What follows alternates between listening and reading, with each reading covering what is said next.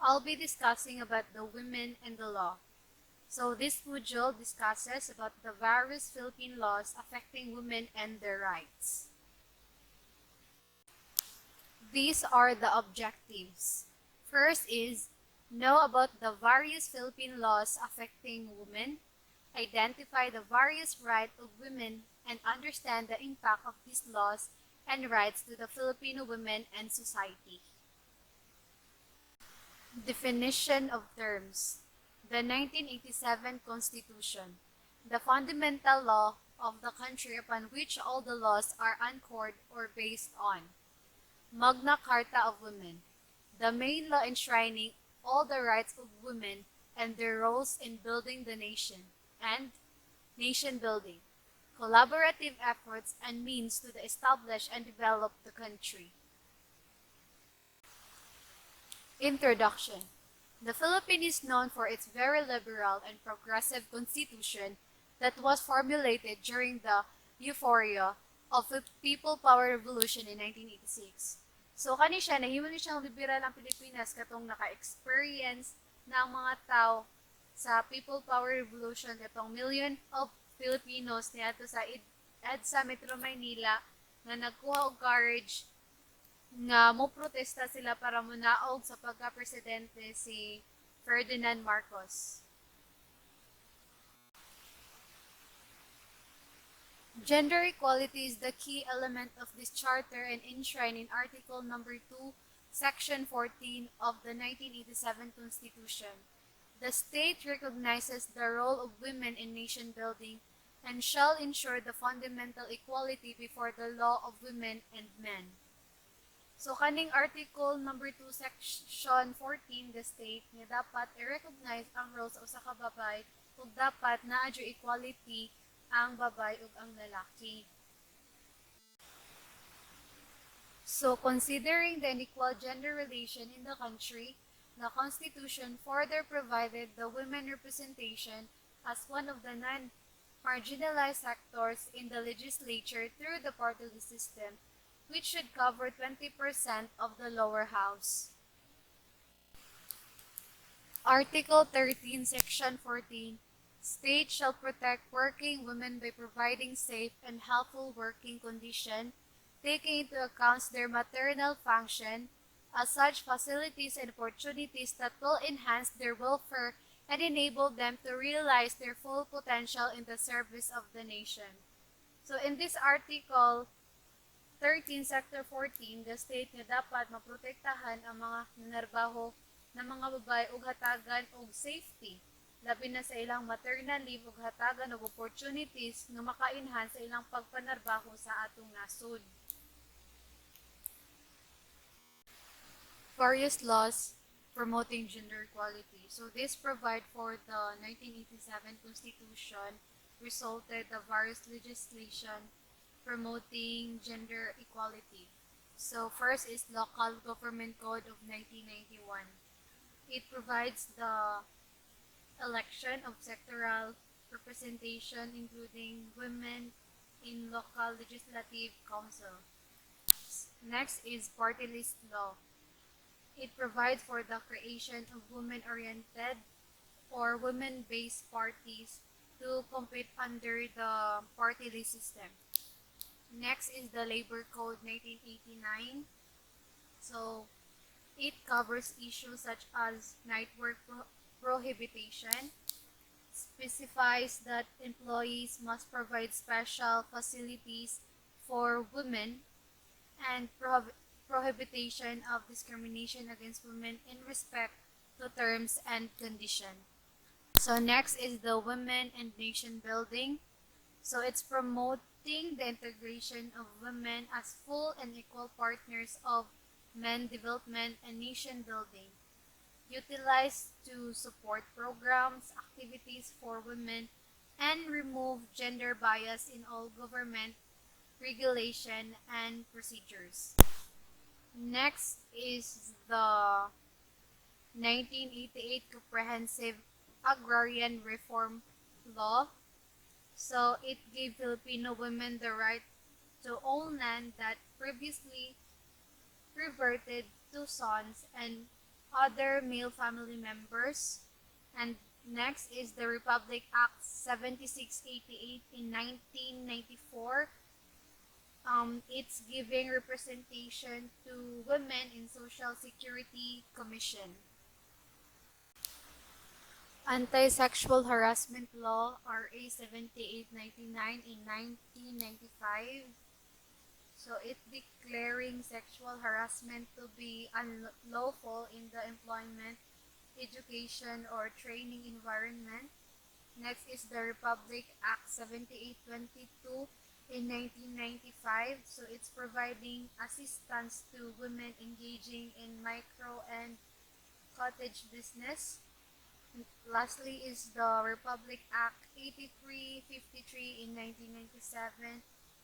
It is expanding the definition of the crime of rape, classifying the same as a crime against person.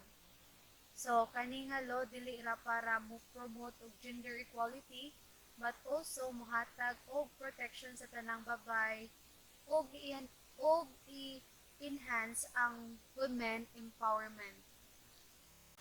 National program. So this is based on the Philippine law stated as a myriad of project initiatives and processes on the gender challenge role.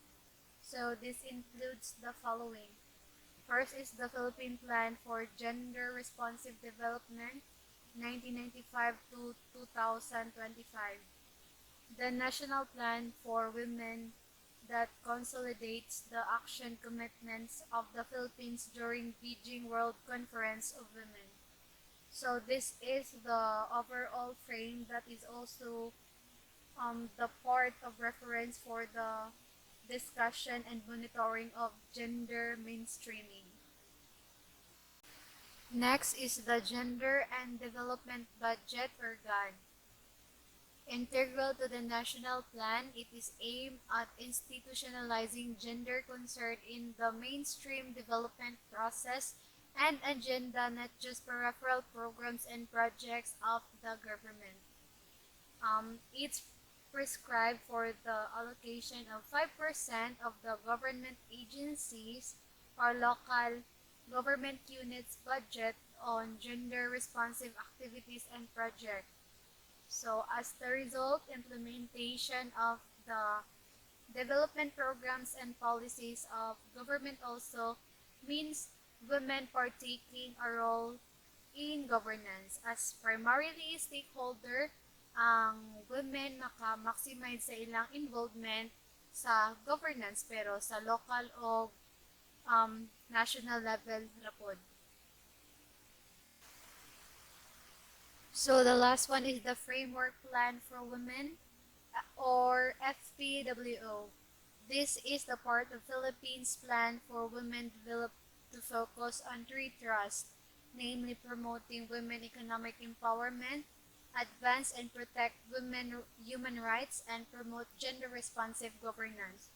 So this plan identifies sa concrete gender issue that will address pinpoint targets or indicators to formulate implementation. Women's right to participate. Women's right to vote was granted in 1937. So, ang women's right kina-approve pag 1937 kisa una biya wala gyud gi-approve dila nga makabotar ang mga babay. The Constitution of 1935 stipulated that the right of suffrage will be extended to women only if 300,000 women voted in its favor during national plebiscite. Brought to the fore the activism such women as Concepcion Felix del Calderon, who formed the Association Feminista Filipina in June 1905, Rosa Sevilla de Alvaro, a young Trinidad Almeida, and Miss Constancia Poblete, founder of Liga Femenina de La Paz, Pura Villanueva Calao, and Mendoza Guazon Pilar Hidalgo Lim, and uban pang mga babay nga ni apil aning activism. So kani nga Constitution of 1935, the right of suffrage kay na-extend na bali 300,000 na ang makabotar na mga babay.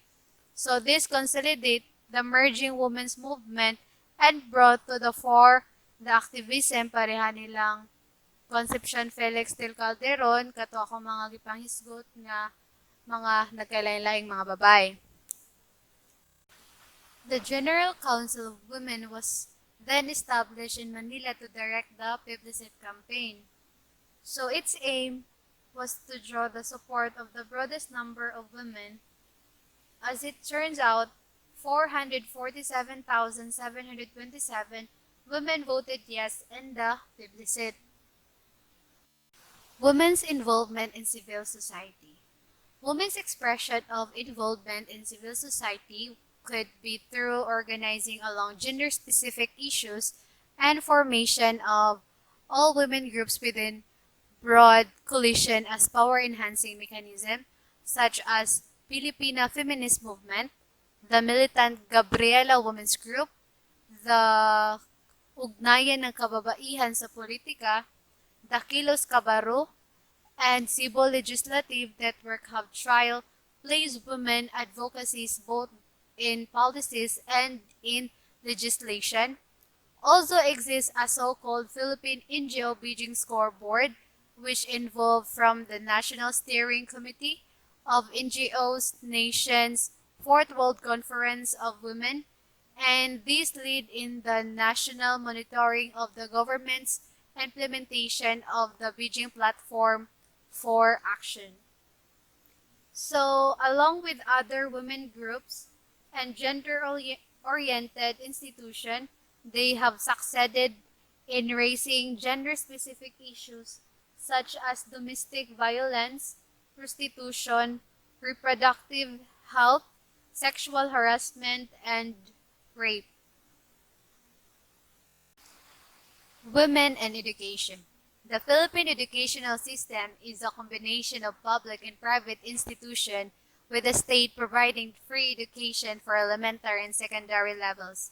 So, ang Philippine educational system kay combination sa public ug private nga pag-eskwela nga mo-provide og free education hangtod nga mag-high school ka. The Constitution provides that without limiting the natural rights of parents to rear their children, elementary education is compulsory for all the children of school age. So, it provides nga dili dapat limitahan ang mga natural rights sa parents to rear their children and ang elementary kay compulsory jud sa tanang bata. There is no general discrimination of girls in education, thus there is no marked differences existing in the educational status of Filipino women and men. One glaring issue is the gender stereotyping. So, ang mga babae nga nag-eskwela, walay nakuha nga general discrimination o there is no marked differences kaya nag-exist sa educational status nila. So, sa field of study and specialization and its own translation into the world of work where men generally occupy the highest occupational ranks and the highest paying position. Kay ang mga women's manggod, ang ilahara dyong responsibility kay naara gyud sa housework ug sa pamilya nila. So that's the end of my discussion. Thank you for listening.